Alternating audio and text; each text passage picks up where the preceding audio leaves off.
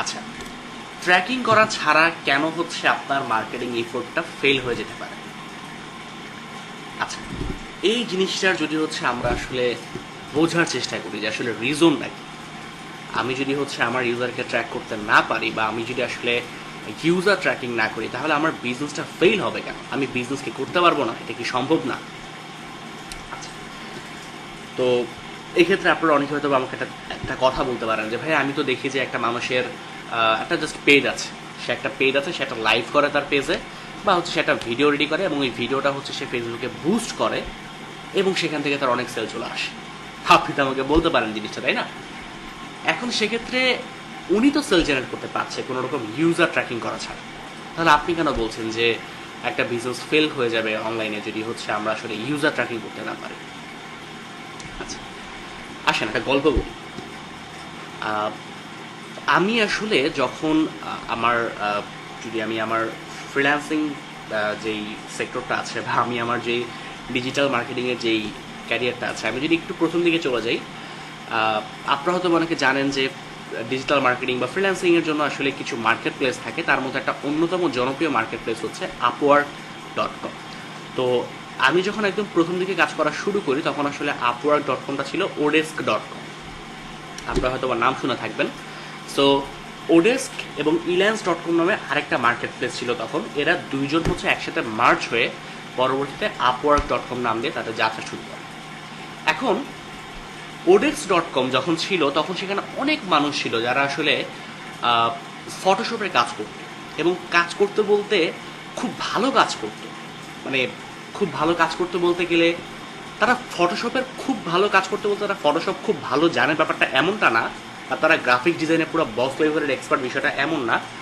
তারা একটা কাজ করতো, কিন্তু ওই একটা কাজ তারা খুব ভালো করে করতো। তাই ধরেন আমি যেটা একটা এক্সাম্পল দিই, ব্যাকগ্রাউন্ড রিমুভিং বা ব্যাকগ্রাউন্ড রিমুভ করা। একটা ছবি তুললেন, ছবির ব্যাকগ্রাউন্ডটা রিমুভ করে দিতে হবে, এটা হচ্ছে একটা কাজ। এই একটা কাজ অনেকে জানে। এখন যেটা হতো যে 2012-13 দিকে আসলে ব্যাকগ্রাউন্ড রিমুভাল বা এই টাইপের কাজগুলো করে ওডেক্স থেকে আপনার প্রতি মাসে কয়েক হাজার ডলার ইনকাম করেছে এমন অনেক ফ্রিল্যান্সার আছে, ঠিক আছে? সো এখন কিন্তু আসলে ব্যাকগ্রাউন্ড রিমুভার কাজ করে অত ভালো আসলে কিছু করা যায় না, বা আসলে যায় না বলতে হচ্ছে যে মানে খুব একটা হয় না আর কি। আগের মতো যতটা সহজ ছিল জিনিসটা, এখন আসলে অতটা সহজ না। আচ্ছা, এখন কেন সহজ না?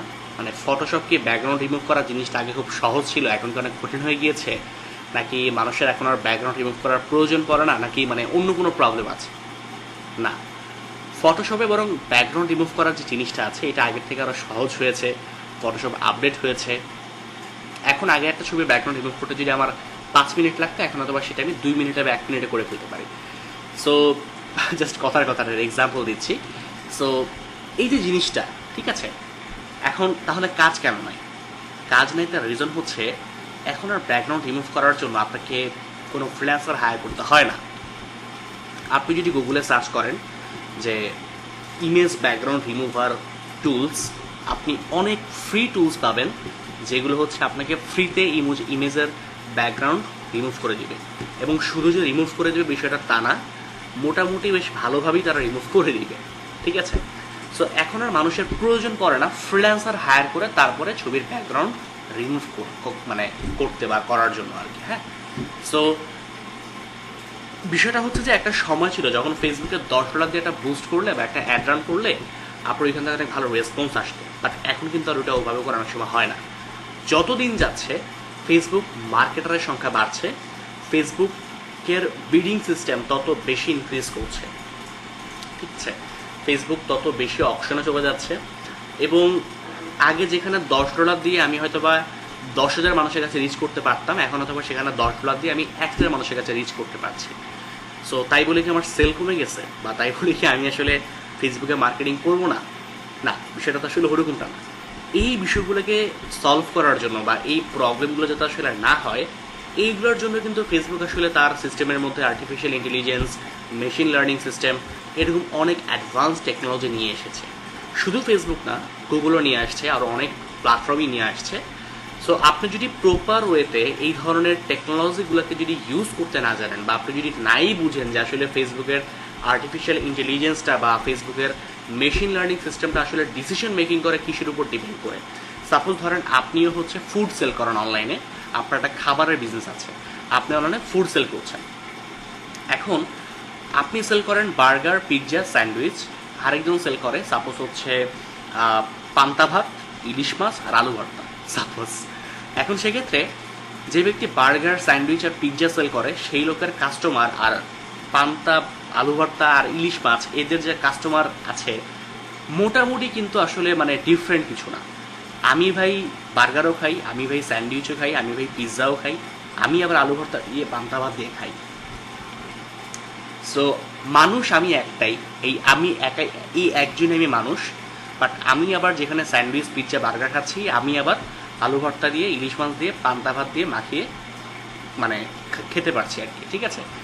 সো ফেসবুক তাহলে কার কাছে একটা পৌঁছাবে? ফেসবুক কি আমার কাছে দুইজনের অ্যাড নিয়ে আসবে, নাকি হচ্ছে সে যে কোনো একজনের অ্যাড নিয়ে আসবে? নিয়ে আসলে সে কার একটা নিয়ে আসবে, ঠিক আছে? এই যে জিনিসগুলা, এটা কিন্তু মেশিন লার্নিং সিস্টেম ডিসিশন নেয়। এখন মেশিন লার্নিংকে যদি আপনি বুঝাই দিতে না পারেন যে আসলে হচ্ছে আপনার টার্গেট অডিয়েন্স কারা, বা আপনার আসলে মূল গোল কি, আপনার ওয়েবসাইটে এসে আসলে ইউজারদের থেকে আপনি কি চাচ্ছেন, এই জিনিসগুলো যদি আপনি ফেসবুকে বুঝাই দিতে না পারেন, তাহলে কিন্তু ফেসবুকের মেশিন লার্নিং সিস্টেম এগুলোকে ধরতে পারবে না, বা ওর আর্টিফিশিয়াল ইন্টেলিজেন্স কিন্তু এই জিনিসগুলোকে বুঝবে না। সো সেক্ষেত্রে কিন্তু আসলে আপনি আপনার পারফেক্ট বা একদম টু দ্য পয়েন্টের যে এক্স্যাক্ট কাস্টমার আছে তাদের কাছে কিন্তু আপনি রিচ করতে পারবেন না, ঠিক আছে? সো আপনাকে অবভিয়াসলি ট্রাই করতে হবে আপনাকে ফেসবুক মেশিন লার্নিং সিস্টেম এবং আর্টিফিশিয়াল ইন্টেলিজেন্সকে যথাসম্ভব যথাসাধ্য পরিমাণে অপটিমাইজেশন করার বা এদেরকে ব্যবহার করতে পারার, ঠিক আছে? এইটা করতে গেলেই হচ্ছে আপনার এই ইউজার ট্র্যাকিং জিনিসটা চলে আসবে। কারণ ফেসবুক থেকে একটা ইউজার আপনার ওয়েবসাইটে ভিজিট করে সে কি করেছে এই জিনিসটা যদি ফেসবুক নিজেই না বুঝে, তাহলে কিন্তু সে আসলে আপনাকে হেল্প করতে পারবে না। ধরেন আমি আপনাকে মানে সেল এনে দিই, সাপোজ আমি হচ্ছে আপনাকে সেল এনে দিই, ধরেন আমি হচ্ছে আপনার অ্যাফিলিয়েট মার্কেটার, ঠিক আছে? আমি আপনার জন্য অ্যাফিলিয়েট মার্কেটিং করে আপনাকে সেল এনে দিই। এখন ভাই আপনার প্রোডাক্ট কি, বা আপনার মানে প্ল্যাটফর্মে গিয়ে ইউজার আসলে কি করছে এই জিনিসটা যদি আমি আসলে নিজেই না বুঝি, তাহলে কিন্তু আমি আসলে আপনার প্রোডাক্ট ঠিকভাবে করে মার্কেটিং করতে পারবো না, তাই না? তখন আমি একটা জেনারেল পিপলের কাছে আপনার প্রোডাক্টটা নিয়ে যাওয়া ট্রাই করব, এবং তখন হচ্ছে আমি ট্রাই করবো ওইখান থেকে কিছু সেল নিয়ে আসার জন্য।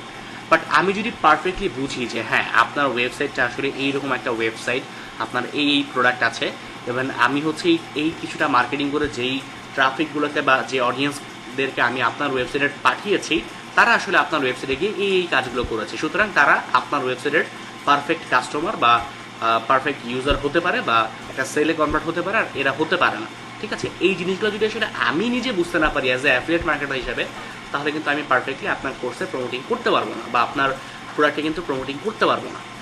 সেমভাবে ফেসবুকে যদি আপনি বুঝাই দিতে না পারেন যে আসলে আপনার প্রোডাক্টটা কি, বা আপনি আসলে কি সেল করছেন, বা আপনার আসলে চাহিদাটা কি, এগুলো যদি আপনি ফেসবুকে বুঝিয়ে বলতে না পারেন, তাহলে কিন্তু ওর এআই সিস্টেম বা মেশিন লার্নিং কিন্তু কিছুই বুঝবে না। সো এই জিনিসটা বোঝানোর জন্য আপনাকে ফেসবুককে ডাটা পাস করতে পারতে হবে, এবং ফেসবুকের কাছে আপনাকে ডাটা সেন্ড করতে হবে। এখন কিভাবে করে সেন্ড করবেন বা কিভাবে করে কি করবেন, এই জিনিসগুলো হচ্ছে আপনি এই কোর্সের মাধ্যমে জানতে পারবেন। আমরা আসলে আপনাকে দেখাবো যে কীভাবে করে আপনি এই কাজগুলোকে খুব সহজেই অনেক প্রফেশনাল ওয়েতে করতে পারবেন আর কি। সো দেখা হচ্ছে নেক্সট ভিডিওতে।